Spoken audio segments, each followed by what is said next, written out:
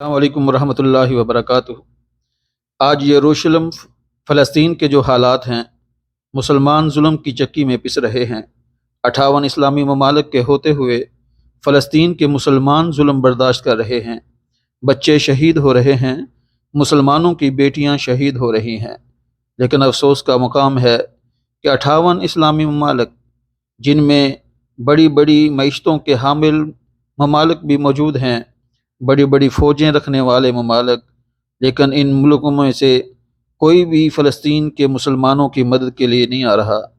لیکن سلام ہے فلسطین کے مسلمانوں کو، جو مسجد اقصیٰ کی حفاظت کے لیے ڈٹے ہوئے ہیں، اپنی آزادی کے لیے ڈٹے ہوئے ہیں، قربانیاں دے رہے ہیں۔ یروشلم، فلسطین، اسرائیل، اس خطے کو سمجھنے کے لیے ہم اس علاقے کی تاریخ، بیت المقدس کی عظمت اور مسلمانوں کی فتح و شکست کی داستان پہ نظر ڈالتے ہیں۔ ابراہیم علیہ السلام کے دو بیٹے تھے، اسماعیل علیہ السلام اور اسحاق علیہ السلام۔ اسماعیل علیہ السلام مکہ میں آباد ہوئے، جبکہ اسحاق علیہ السلام فلسطین میں آباد ہوئے۔ پھر اسحاق علیہ السلام کی اولاد میں پیغمبر پیدا ہوئے، یعقوب علیہ السلام، جن کا لقب اسرائیل تھا۔ پھر ان کے بیٹے یوسف علیہ السلام پیغمبر بنے اور مصر میں آباد ہوئے۔ آہستہ آہستہ بنی اسرائیل مغلوب ہوتے گئے اور مصر کے فرعون غالب آتے گئے۔ آخرکار مصر کا فرعون مسلمانوں پہ غالب آ گیا، جس کا تذکرہ قرآن مجید میں آتا ہے۔ پھر موسیٰ علیہ السلام کا دور آیا اور بنی اسرائیل کو فرعون سے نجات ملی، مسلمان غالب آ گئے۔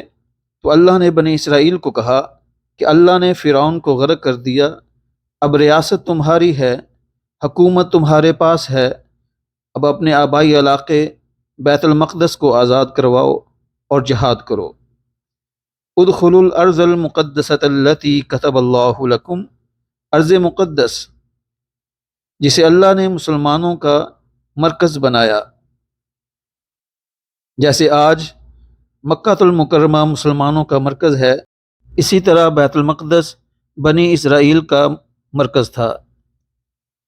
بیت المقدس کی اتنی عظمت ہے کہ عیسائیوں، یہودیوں اور مسلمانوں کے لیے بیت المقدس انتہائی مقدس مقام کی حیثیت رکھتا ہے۔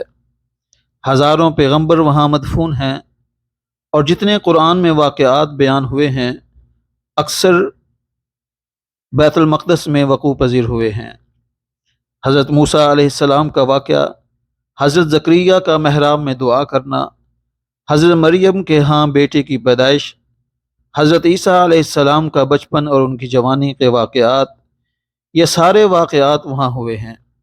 تو اللہ نے بنی اسرائیل کو کہا کہ اب جہاد شروع کرو اور بیت المقدس کو فتح کرو۔ لیکن بیت المقدس پہ قبضہ بہت طاقتور قوم کا تھا۔ بنی اسرائیل کے لوگ کہنے لگے، اذهب انت وربک فقاتلا انا ہاہنا قاعدون، قال رجلان من الذین یخافون انعم اللہ علیہم ادخلوا علیہم الباب۔ دو لوگ جن پر اللہ کا انعام تھا، انہوں نے کہا، اے بنی اسرائیل کے لوگو، اپنی پیغمبر کی بات مانو اور بیت المقدس کی فتح کے لیے جہاد کرو۔ لیکن یہ قوم نہ مانی۔ تو حضرت موسیٰ علیہ السلام کو غصہ آیا، تو انہوں نے دعا مانگی، فافرق بینی و بین القوم الفاسقین، اے اللہ میرے درمیان اور اس نافرمان قوم کے درمیان فرق ڈال دے، میں اب اس نافرمان قوم کے ساتھ نہیں چل سکتا۔ یہ قوم جن پر اللہ کے اتنے انعامات ہوئے، انہوں نے فرعون کو غرق ہوتے ہوئے دیکھا، ان پہ من و سلوہ نازل ہوا، انہوں نے اپنے دشمنوں پہ اللہ کے عذاب اترتے دیکھے، لیکن یہ قوم بے وفا نکلی، یہ قوم نافرمان نکلی، خود کچھ کرنے کے لیے تیار نہیں ہے، سب کام اللہ اور موسیٰ علیہ السلام کریں۔ اس کے بعد 40 سال تک اللہ نے اس قوم کو ایک میدان میں بھٹکائے رکھا۔ اسی دوران حضرت موسیٰ علیہ السلام انتقال کر گئے۔ موسیٰ علیہ السلام کے بعد دوسرے پیغمبر آئے۔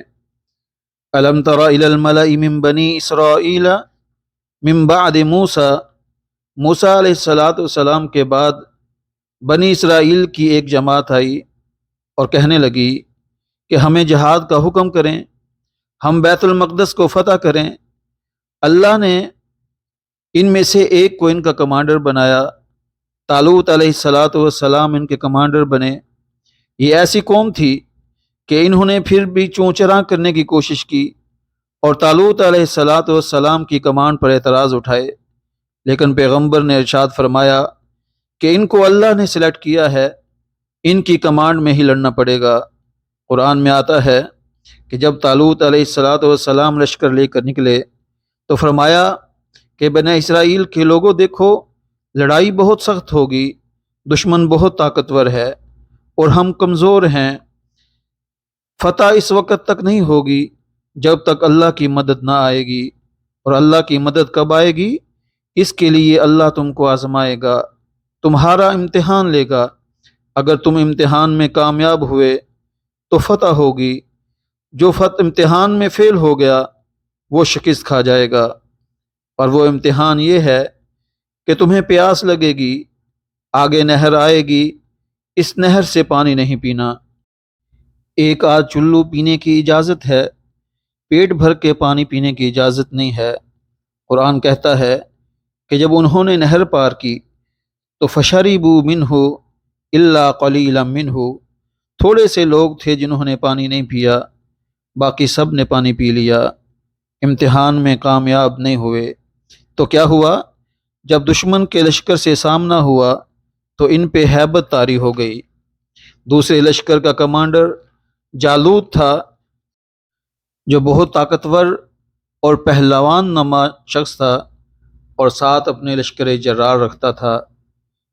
جب اس لشکر جرار کو دیکھا اور جالوت کو دیکھا تو ان پہ ہیبت طاری ہو گئی، تو کہنے لگے لا طاقت لنا اليوم بجالوت وجنودہ، ہم تو اس لشکر کا سامنا نہیں کر سکتے، ہم تو کمزور ہیں، یہ طاقتور ہیں۔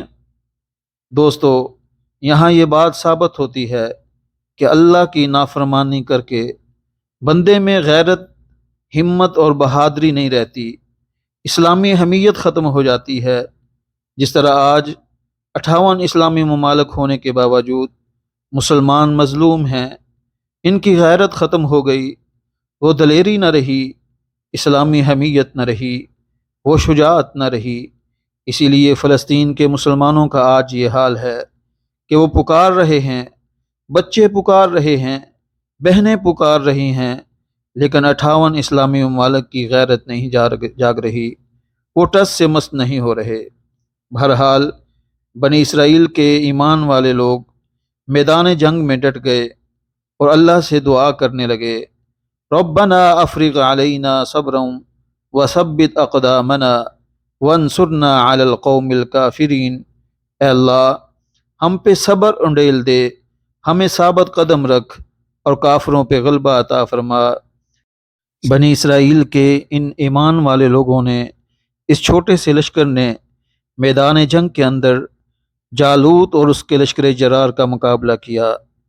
اللہ نے مدد نازل کی اور مسلمانوں کو فتح حاصل ہوئی۔ داؤد علیہ السلام جو اس جنگ میں ایک سپاہی کی حیثیت سے لڑ رہے تھے، اس وقت پیغمبر نہیں بنے تھے، انہوں نے یہ قصد کیا کہ وہ کفار کے کمانڈر جالوت کو قتل کریں گے، تو حضرت داؤد علیہ السلام نے جالوت کو قتل کیا اور مسلمانوں کی، بنی اسرائیل کی فتح کی راہ ہموار کی، اور اس طرح طالوت علیہ السلام کی کمانڈ میں اللہ نے بیت المقدس کو آزاد کروایا اور فتح عطا کی۔ بیت المقدس کی اس فتح کے بعد کے حالات انشاءاللہ اگلی ویڈیو میں بیان کیے جائیں گے۔ اجازت دیجیے، اللہ حافظ۔